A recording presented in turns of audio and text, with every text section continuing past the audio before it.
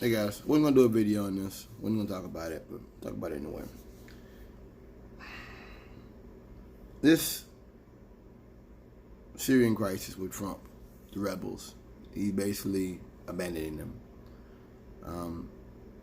And he's come out talking about how the Syrians didn't help us out with Normandy.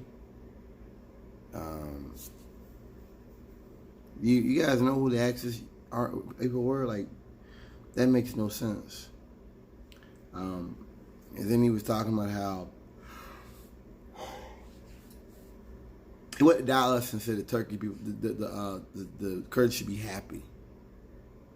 They're going to be massacred. They are being massacred. And then we have people talking about the different troops that were pinned down. It was 1,000 troops got pinned down, and some other stuff that happened as well, which I'm not even going to go into here. This stuff really just proves to you something I've been saying for a while. That is the U.S. government. You're not to be trusted. This takes one president who wants to rile up his base of racist crackers that are angry and want to take back the country. And guess what? You'll be abandoned. You'll be tossed out like yesterday's trash. And you won't even know what hit you. You'll be left to... And these rednecks, they think that that's like... He's like... They look at it and they look at it like, okay, he's holding to what he said he would do. But that's not it. That's really not it, man.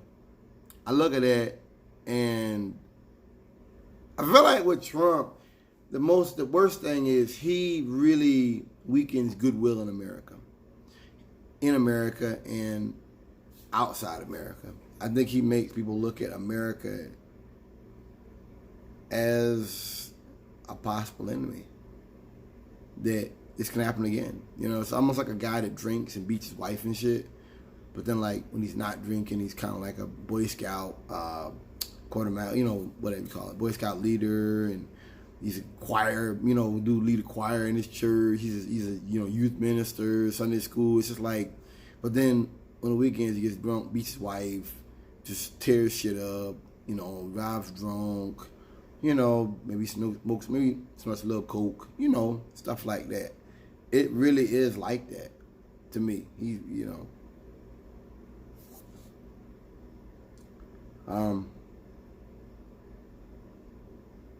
Trump said that comment about the Kurds someone, I think it was his daughter, made a comment about how no one knows who they are, so nobody cares.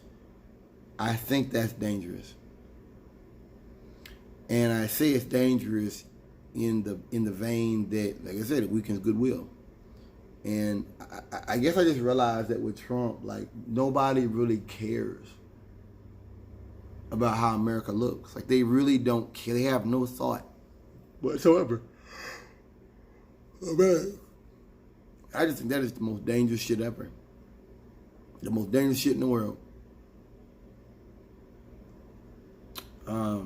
That's, you know, that's how I see that to myself. I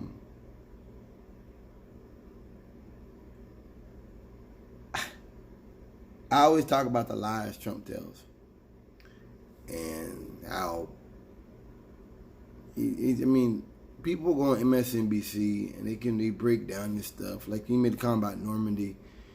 You know, I don't have to look back to the 40s to know that was a very different world. The Ottoman Empire and all that shit. I don't have to go back and read about that stuff to know that the world order changed. Germany is not run by Nazis. It's not. Okay? And, you know, I know what it says. Trump, his base is all a bunch of folks that want to go back. And that Normandy comment was a comment to bring folks back to that, you know, that 50s era. That's the era he lives in that. And he wants his base to live. They live in that. That living in 1942. That's what it is, man. I know that when he says it, it's facetious. I mean, like I said, you had the Nazis running around and shit. Like, you're going to talk about Turkey. This is like if I'm out here fighting with some guy for my life. We're fighting for my life. And then I'm like, later on, I'm like, man, why don't you guys help me? This, that, and the other. And it's like, no, dude. it wasn't about them. It was about you fighting that guy. Like you can't do that. Now, if they help him, that's different. If they aid him, but I can't go out here and I can't do that. That's crazy, man. Thinking about the Turkish people, I mean the Kurds, 60, 70, 80 years later on, in a war against Germany, Imperial Germany, like,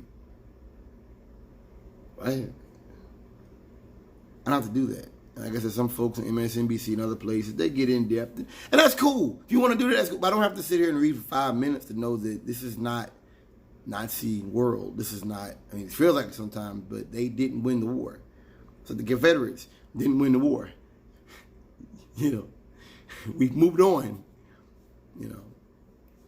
When you use a comment like that, you speaking to this base that, these are code words. It's all about bringing them back to some time when white folks were on top, and I get it, I do, and that's why I say to you, I don't really read too in depth. Like once I know Trump, like you might fact check something, but once I know Trump lied, I know I don't go no further. I don't have to read 5-10 minutes about some shit. But I realize that it's good to have people constantly not only fact checking Trump, but actually going in depth with Trump. What I'm saying to you is, it's kind of useless because of the fact that he's going to keep doing it.